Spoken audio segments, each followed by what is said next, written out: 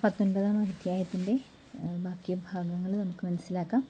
അൽഫോൻസ, ഇത് ഞാൻ നവകന്യകയ്ക്ക് ഒരു നീട്ടിയിട്ട് ഈ സഹോദരിക്ക് കൊടുക്കും. ആ സഹോദരിയല്ലേ കൊച്ച് എന്ന് പറഞ്ഞാൽ, അതിന് മുമ്പ് ഇതിനെക്കുറിച്ചാണ് നമ്മൾ സംസാരിച്ചിരുന്നത്. ഒരു കുരിശ് സമ്മാനമായിട്ട് കിട്ടിയത്, അത് കൊടുക്കുന്നതിനെക്കുറിച്ച്, ക്രിസ്മസിന് സമ്മാനം കിട്ടിയത് കൊടുക്കുന്നതിനെക്കുറിച്ച് പറയുന്ന സാഹചര്യമാണ്.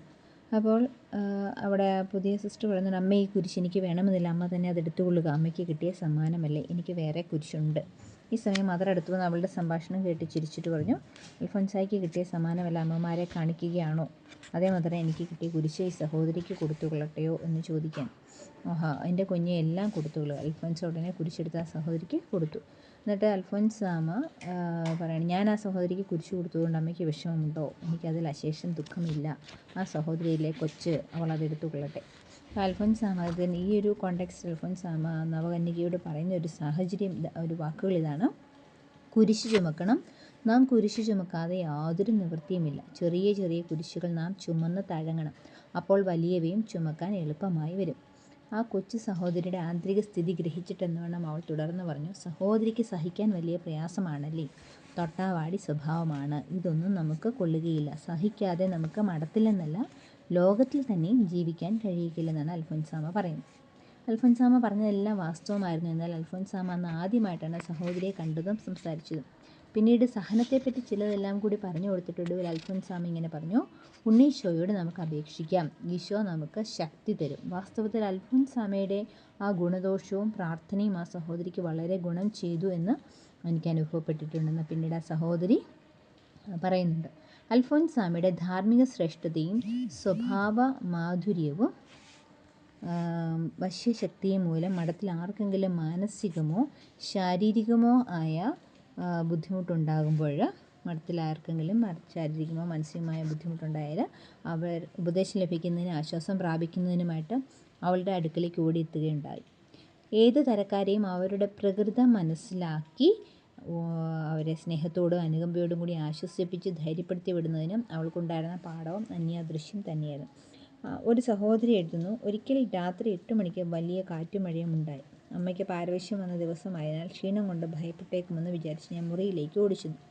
അമ്മ തനിച്ചേ ഉണ്ടായിരുന്നുള്ളൂ. ആ മാലാഖയുടെ മധുരഭാഷണം ശ്രവിച്ച് ഭാഗ്യപൂർണ്ണമായ നീണ്ട നിമിഷങ്ങൾ എത്ര വേഗം കടന്നുപോയെന്ന് ഞാൻ അറിഞ്ഞില്ല. അഗസ്സ പുണ്യവതിയുടെ തിരുനാളിൻ്റെ തലേ ദിവസം സ്കൂളിൽ ബോർഡിംഗ് കുട്ടികൾ അഭിനയം, സംഗീതം തുടങ്ങിയ കലാപരിപാടികൾ നടത്തുന്നുണ്ടായിരുന്നു. തീരെ സുഖമില്ലാതിരുന്നതുകൊണ്ട് പാട്ട് കേൾക്കാൻ വേണ്ടി ഞാൻ സ്കൂളിനടുത്തുള്ള മുറിയിൽ ചെന്നിരുന്നു. ഇപ്പം അഗസ്സ പുണ്യവതി എന്ന് ഓർക്കുക. ആ സമയത്ത് അമ്മയുമായിട്ട് സംഭാഷണത്തിൽ ഏർപ്പെട്ടു. സമയം കടന്നുപോയത് ഞാൻ അറിഞ്ഞില്ല. കുട്ടികളുടെ പാട്ടൊട്ടു കേട്ടതുമില്ല. അൽഫോൻസാമ്മയുടെ പിതാമഹ സഹോദരനെ മുട്ടത്തുപാടത്ത് വലിയച്ഛൻ്റെ മകളോടുണ്ടായിരുന്ന വാത്സല്യം വളരെ അധികമായിരുന്നു. അദ്ദേഹം ഒരിക്കൽ പൗരോഹിത്യത്തിൻ്റെ സുവർണ്ണ ജൂബിലി ആഘോഷിച്ചപ്പോൾ അദ്ദേഹത്തിന് കിട്ടിയ സമ്മാനങ്ങളൊക്കെ, അതിൽ ഒരു സുവർണ്ണ ഹാരം അൽഫോൻസാമ്മയ്ക്ക് കൊടുത്തു. പിന്നീട് അവളെ കാണാൻ മടത്തി വന്നപ്പോൾ അത് അൽഫോൻസാമ്മ അത് ഇട്ടുകൊണ്ട് നടക്കുന്നത് കാണിച്ചു. അത് അവളുടെ നിഷ്കളങ്കതയാണ് സൂചിപ്പിക്കുന്നത്. പിന്നെ തൻ്റെ ദിവ്യനാഥനെ പോലെ അവൾ കുഞ്ഞുങ്ങളെ അതീവം സ്നേഹിച്ചിരുന്നു. മഠത്തിൽ സന്ദർശനത്തിന് വരുന്നവരുടെ കൂടെ കൊണ്ടുവന്നിരുന്ന കുഞ്ഞുങ്ങളെ കളിപ്പിക്കുകയും വാത്സല്യപൂർവ്വം അവരോട് സംസാരിക്കുകയും അവർക്ക് ചെറിയ സമ്മാനങ്ങൾ കൊടുക്കുകയും ചെയ്യുന്നതിൽ അവൾ താല്പര്യം പ്രദർശിപ്പിച്ചിരുന്നു. ഭരണങ്ങാനം മഠമക സ്കൂളിലെ കൊച്ചുകുട്ടികളിൽ പലരുടെയും ഒരാത്മസഖിയായിരുന്നു അൽഫോൻസാമ്മ.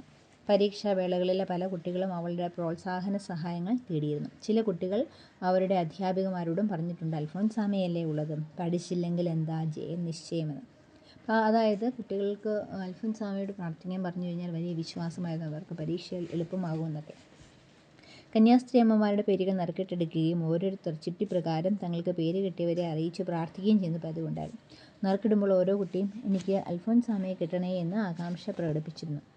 മരണാനന്തരം അൽഫോൻസാമ്മ എല്ലാവർക്കും ഉള്ളതായിത്തീർന്നു. അൽഫോൻസാമ്മ ക്ലാരസ് സഭയുടേതാണ്, പക്ഷേ ഇന്ന് അവൾ ഭാരതത്തിൻ്റെ സ്വന്തമാണ്. 2000 വർഷത്തെ പാരമ്പര്യമുള്ള ക്രൈസ്തവ സഭയുടെ ഹരിതവല്ലിയിൽ വിടർന്ന ഭാഗ്യസൂനമാണവൾ. ത്യാഗം കൊണ്ടും സഹനം കൊണ്ടും പരസ്നേഹം കൊണ്ടും അവൾ വിജയമകുടം ചൂടി. സ്വർഗരാജ്യം ബലവശ്യമാണെന്ന പ്രസ്താവന തികച്ചും യോജിക്കുന്നത് അൽഫോൻസാമ്മയെപ്പോലെയുള്ളവർക്കാണ്.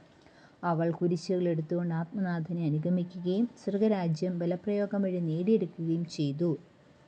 അപ്പോൾ അവൾ കുരിശുകളെടുത്താണ് അവളുടെ ആത്മനാഥനെ അനുഗമിച്ചത്. അതുപോലെ സ്വർഗരാജ്യം ബലപ്രയോഗം വഴി നേടിയെടുക്കുകയും ചെയ്തു.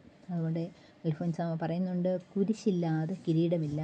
അൽഫോൻസാമ്മയുടെ കിരീടം കുരിശുകൾ കൊണ്ട് അവൾ നേടിയതത്രേ. അപ്പോൾ അൽഫോൻസാമ്മയുടെ കിരീടം അവൾ എങ്ങനെയാണ് നേടിയത്? കുരിശുകൾ കൊണ്ടാണ് അവളത് നേടിയെടുത്തത്.